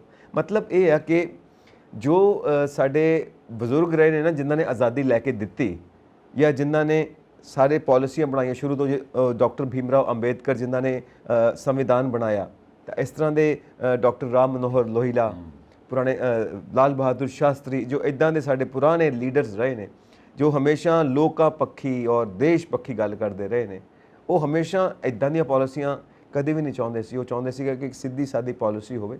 ਹੈ ਕੀ ਹੈ? ਕੁਝ ਵੀ ਨਹੀਂ ਹੈ। ਮਤਲਬ ਕਿੰਨਾ ਕੁ ਔਖਾ ਹੁੰਦਾ ਪਾਲਿਸੀ ਬਣਾਉਣਾ। ਜ਼ਰੂਰੀ ਹੈ ਕਿ ਉਹਦੇ ਚਲਾਕੀਆਂ ਪਾਈਆਂ ਜਾਣ, ਕਿੱਧਰੋਂ ਪੈਸਾ ਕਮਾਉਣਾ, ਕਿੱਧਰੋਂ ਬੁੱਧੀ ਘੁਮਾਉਣੀ ਹੈ ਲੋਕਾਂ ਦੀ। ਨੋ, ਸਿੱਧੀ ਸਾਦੀ ਗੱਲ ਹੈ। ਜਿਨ੍ਹਾਂ ਨੂੰ ਰੋਟੀ ਚਾਹੀਦੀ ਹੈ ਰੋਟੀ ਦੇ ਦਿਓ। ਹੁਣ ਸ਼ਰਾਬਬੰਦੀ, ਤੁਹਾਨੂੰ ਪਤਾ ਹੈ ਕਿਸੇ ਵਕਤ ਰੌਲਾ ਪੈਂਦਾ ਰਿਹਾ ਕਿ ਸ਼ਰਾਬਬੰਦੀ ਹੋਣੀ ਚਾਹੀਦੀ ਹੈ, ਘਰਾਂ ਦੇ ਘਰ ਬਰਬਾਦ ਹੋ ਗਏ। ਜਿਹੜੇ ਬੰਦੇ ਰੱਜ ਕੇ ਪੀਂਦੇ ਨੇ ਸ਼ਰਾਬਾਂ, ਉਹਨਾਂ ਦੇ ਘਰਾਂ ਦਾ ਹਾਲ ਦੇਖੋ, ਉਹਨਾਂ ਦੀ ਫੈਮਿਲੀ ਦਾ ਹਾਲ ਦੇਖੋ, ਉਹਨਾਂ ਦੀ ਵਾਈਫ ਦਾ ਹਾਲ ਦੇਖੋ, ਕੀ ਕਰਦੇ ਨੇ ਉਹ ਜਾ ਕੇ। ਕਿਉਂਕਿ ਸ਼ਰਾਬ ਮਾੜੀ ਚੀਜ਼ ਹੈ, ਅਸੀਂ ਸਾਰੇ ਜਾਣਦੇ ਹਾਂ। ਮਾੜੀ ਚੀਜ਼ ਦਾ ਮਾੜਾ ਅਸਰ। ਹੁਣ ਤੁਸੀਂ ਖੁੱਲ੍ਹੇ ਗੱਫੇ ਲਾਓ ਜੀ, ਬੜੀ ਸਸਤੀ ਹੋ ਗਈ ਜੀ, ਠੀਕ ਹੈ ਜੀ, ਹੋਰ ਪੀਓ। ਪਤਾ ਨਹੀਂ ਕਿੰਨੇ ਕੁ ਜਾਣੇ ਪੀਣਗੇ। ਹੋਰ ਇੱਥੋਂ ਦੇਖੋ ਬਲਕਾਰ ਜੀ, ਅੱਜ ਜੋ ਸ਼ਰਾਬ ਦਾ ਨਸ਼ਾ ਕਰਨਗੇ, ਕੱਲ੍ਹ ਨੂੰ ਕਰਨਗੇ ਕੋਈ ਨਵਾਂ ਨਸ਼ਾ ਹੋਰ ਕਰਕੇ ਦੇਖਦੇ ਆ। ਉਹ ਫਿਰ ਉਹ ਡਰੱਗਸ ਵੱਲ ਵਧਣਾ ਸ਼ੁਰੂ ਹੋ ਗਏ। ਕਿਉਂਕਿ ਇਹ ਜਿਹੜਾ ਮਨ ਹੈ ਨਾ, ਬੜਾ ਸ਼ੈਤਾਨ ਹੈ। ਇੱਕ ਨਸ਼ਾ ਕਰਦੇ ਜਾਓ, ਫਿਰ ਸਰੀਰ ਹੋਰ ਜ਼ਿਆਦਾ ਮੰਗਦਾ, ਫਿਰ ਹੋਰ ਨਸ਼ਿਆਂ ਵੱਲ ਵੱਧਦੇ ਨੇ। ਮਤਲਬ ਇਹ ਕਹਾਣੀ ਕਿੱਧਰ ਨੂੰ ਤੁਰਦੀ ਪਈ ਹੈ? ਪੰਜਾਬ ਦੀ ਨੌਜਵਾਨੀ ਜਾਂ ਪੰਜਾਬ ਦੇ ਲੋਕਾਂ ਦੀ ਕਹਾਣੀ ਕਿੱਧਰ ਨੂੰ ਜਾ ਰਹੀ ਹੈ? ਇਹ ਦੇਖੋ, ਜਿਹੜਾ ਫੈਸਲਾ ਲਿਆ ਹੁਣ ਇਹਨਾਂ ਨੇ ਵਿਧਾਨ ਸਭਾ ਦੀ, ਜਦੋਂ ਹੁਣ ਬੈਠਕ ਹੋਈ ਉਹਦੇ ਵਿੱਚ ਇਹਨਾਂ ਨੇ ਫੈਸਲਾ ਲਿਆ, ਬੜੀ ਦੇਰ ਤੋਂ ਪਹਿਲਾਂ ਚੱਲ ਰਿਹਾ ਸੀਗਾ ਤੇ ਇਹਨੂੰ ਹੁਣ ਫਾਈਨਲ ਇਹਨਾਂ ਨੇ ਕੀਤਾ, ਜਿਹਦੇ 'ਚ ਵਿਧਾਇਕ ਦੀ ਪੈਨਸ਼ਨ ਤੇ ਇੱਕ ਪੈਨਸ਼ਨ ਤੇ ਇਹਨਾਂ ਨੇ ਲਿਆਇਆ, ਜਦੋਂ ਕਿ ਗਵਰਨਰ ਸਾਹਿਬ ਨੇ ਮੋੜ ਦਿੱਤਾ ਸੀ, ਉਹ ਸਾਈਨ ਨਹੀਂ ਸੀ ਕੀਤੇ। ਇਹ ਵੀ ਹੁਣ ਦੂਜਾ ਫੈਸਲਾ ਨਾਲ ਹੋਇਆ, ਜਿਹਦੇ ਵਿੱਚ MSP ਦਾ ਵੀ ਹੈਗਾ ਸੀਗਾ ਸਿਕੰਦਰ ਨਾਲ, ਜਦੋਂ ਅਮਿਤ ਸ਼ਾਹ ਨੂੰ ਭਗਵੰਤ ਮਾਨ ਜੀ ਮਿਲ ਕੇ ਆਏ ਆ। ਔਰ ਇਹ ਮਸਲਿਆਂ ਨੂੰ ਥੋੜ੍ਹਾ ਜਿਹਾ ਗੁੰਝਲਦਾਰ ਇਸ ਤਰ੍ਹਾਂ ਬਣ ਜਾਂਦਾ, ਕਿਉਂਕਿ ਪੈਸੇ ਤਾਂ ਪਹਿਲੀ ਸਰਕਾਰਾਂ ਨੇ ਵੀ ਇੱਥੇ ਹੀ ਰੱਖਿਆ, ਪਰਨਾਲਾ ਉੱਦਾਂ ਦਾ ਰਿਹਾ। ਔਰ ਜੇ ਅਸੀਂ ਸ਼ਰਾਬ ਤੇ ਆਬਕਾਰੀ ਦੀ ਗੱਲ ਕਰਦੇ ਹਾਂ, ਇਹਦੇ 'ਚ ਇਹਨਾਂ ਨੇ ਇੱਕ ਫੋਰਸ ਵੀ ਬਣਾਤੀ ਜਿਹੜੀ ਬਾਹਰਲੇ ਸੂਬਿਆਂ ਤੋਂ ਵੀ ਆਉਂਦਾ ਸੀ। ਇਹ ਨਹੀਂ ਹੈਗਾ ਕਿ ਇੱਥੋਂ ਹੀ ਵਰਤਦੇ ਰਹੇ ਆ, ਡਿਸਟਿਲਰੀਆਂ ਇੱਥੋਂ ਹੀ ਪੈਦਾ ਨਹੀਂ ਕਰਦੀਆਂ, ਬਾਹਰਲੇ ਸੂਬਿਆਂ 'ਚ ਹੋਰ ਸਸਤੀ ਹੈ। ਚੰਡੀਗੜ੍ਹ ਤੋਂ ਜੇ ਦਾਰੂ ਆਊਗੀ ਤਾਂ ਹੋਰ ਪੰਜਾਬ ਨਾਲ ਵੀ ਸਸਤੀ ਆ। ਔਰ ਇਹਦੇ 'ਚ ਪਹਿਲੋਂ ਪਤਾ ਕੀ ਸੀਗਾ, ਪਹਿਲੋਂ ਜਿਹੜੇ ਠੇਕੇਦਾਰ ਆ, ਜਿਹੜੇ ਕੰਟਰੈਕਟ ਲੈਂਦੇ ਸੀ, ਉਹ ਰੱਜਦੇ ਰਹੇ ਆ।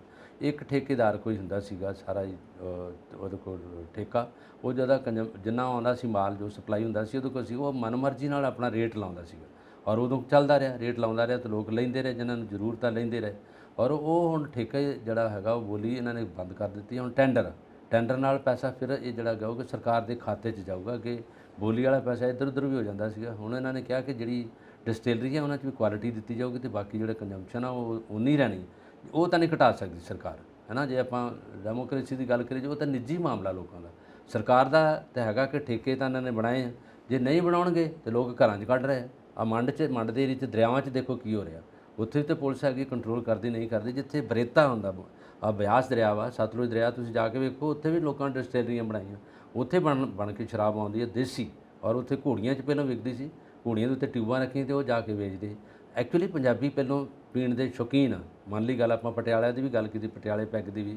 ਦੂਜੀ ਗੱਲ ਰਹੀ, ਜਿਹੜੇ ਜਿਸ ਪਾਸੇ ਦੂਜੇ ਪਾਸੇ ਗਲਤਾਨ ਨਸ਼ੇ 'ਚ ਹੋ ਗਿਆ, ਜਿਹਦੇ ਚਿੱਟਾ ਆ ਗਿਆ, ਜਿਹਦੇ 'ਚ ਸਮੈਕ ਆ ਗਈ ਆ, ਜਿਹਦੇ 'ਚ ਹੋਰ ਕੈਮੀਕਲ ਨਸ਼ੇ ਆ ਗਏ ਆ, ਉਹ ਹੀਰੋਇਨ ਆ ਗਈ ਆ, ਉਹ ਲੋਕਾਂ ਨੂੰ ਬਰਬਾਦ ਕਰ ਰਹੀ ਆ, ਉਹਦੇ ਨਾਲ ਬਰਬਾਦ ਹੋ ਗਿਆ। ਜੇ ਸ਼ਰਾਬ ਦੀ ਗੱਲ ਕੀਤੀ ਜਾਵੇ ਤਾਂ ਇੰਗਲੈਂਡ ਤਾਂ ਸਾਰਾ ਹੀ ਪੀਂਦਾ, ਇੰਗਲੈਂਡ 'ਚ ਦਿਨੇ ਵੀ ਪੀ ਰਹੇ ਆ ਲੋਕ, ਆਏਗਾ ਆਰਮੀ ਸਪਲਾਈ ਹੁੰਦੀ ਆ, ਪਰ ਲੋਕ ਜੇ ਲਿਮਿਟ 'ਚ ਰਹਿਣ, ਇਹ ਗੱਲ ਸਿੱਧੀ ਹੈ ਦਰਸ਼ਕਾਂ ਨਾਲ। ਜੇ ਲੋਕ ਲਿਮਿਟ 'ਚ ਰਹਿ ਕੇ ਰਹਿਣ ਜਾਂ ਕੁਆਲਿਟੀ ਵਾਲੀ ਹੋਵੇ ਤਾਂ ਕੋਈ ਨਹੀਂ, ਕਿਉਂਕਿ ਲੋਕ ਥੱਕੇ ਮੰਨਦੇ ਪੀ ਜਾਂਦੇ ਆ। ਜੇ ਅਸੀਂ ਮੀਡੀਆ 'ਤੇ ਨਹੀਂ ਬੋਲਾਂਗੇ ਤਾਂ ਲੋਕਾਂ ਕਹਿਣਾ ਕਿ ਇਸ ਗੱਲ ਤੋਂ ਹੈਜੀਟੇਟ ਕਰਦੇ ਆ। ਹਰ ਬੰਦਾ ਪੀ ਰਿਹਾ, ਕੋਈ ਇੱਦਾਂ ਦੀ ਗੱਲ ਨਹੀਂ। ਮੀਟ ਵੀ ਖਾ ਰਹੇ ਲੋਕ, ਪੰਜਾਬ 'ਚ ਸਭ ਤੋਂ ਜ਼ਿਆਦਾ ਵੱਧ ਮੀਟ ਖਾਧਾ ਜਾਂਦਾ। ਇਸ ਕਰਕੇ ਜਿਹੜਾ ਹੈਗਾ, ਹੁਣ ਜੇ ਸਰਕਾਰ ਨਹੀਂ ਪੈਸਾ ਕਮਾਊਗੀ ਤਾਂ ਫਿਰ ਨਿੱਜੀ ਡਰਮ ਲੱਗ ਜਾਣਗੇ, ਨਿੱਜੀ ਡਰਮ ਲੱਗਣਗੇ। ਅੱਗੇ ਕੈਮੀਕਲ ਆ, ਚਿੱਟਾ ਇੱਦਾਂ ਹੀ ਬਣੀ ਜਾ ਰਿਹਾ, ਉਹ ਸਰਕਾਰ ਤਾਂ ਸਪਲਾਈ ਨਹੀਂ ਕਰਦੀ, ਉਹ 'ਚ ਤਸਕਰ ਆ ਜਿਹੜੇ ਸਪਲਾਈ ਕਰ ਰਹੇ ਆ। ਉਹਨਾਂ ਦਾ ਇੱਕ ਤਾਣਾ ਬਣਿਆ, ਉਹਨਾਂ ਦਾ ਇੱਕ ਪੂਰੀ ਗਰਾਊਂਡ ਬਣੀ ਹੈ, ਉਹਦੇ ਵਿੱਚ ਉਹਦੇ ਰਾਹੀਂ ਜਾਂਦਾ। ਤੁਸੀਂ ਕਈ ਵਾਰੀ ਦੇਖੋ ਪਿੰਡਾਂ 'ਚ, ਮਾਲਵੇ ਦੇ ਕੁਝ ਪਿੰਡਾਂ ਜਨਾਨੀਆਂ ਰੋਂਦੀਆਂ ਹੁੰਦੀਆਂ, ਅਸੀਂ ਪੁਲਿਸ ਨੂੰ ਦੱਸਿਆ ਸਭ ਕੁਛ ਆ, ਚਿੱਟਾ ਸਾਡੇ ਪਿੰਡੋਂ ਜਨਾਨੀਆਂ ਵੇਚ ਰਹੀਆਂ।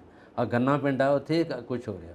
ਅਸੀਂ ਇੱਕ ਦਾਰੂ ਦੀ ਗੱਲ ਕਰ ਰਹੇ ਹਾਂ, ਵਿਸਕੀ ਦੀ ਗੱਲ ਕਰ ਰਹੇ ਹਾਂ, ਚਿੱਟਾ ਵੀ ਤਾਂ ਲੋਕਾਂ ਦੇ ਘਰੋਂ ਘਰ ਵੇਖ ਰਿਹਾ, ਉਹ ਵੀ ਲੋਕ ਖਾ ਰਹੇ ਆ।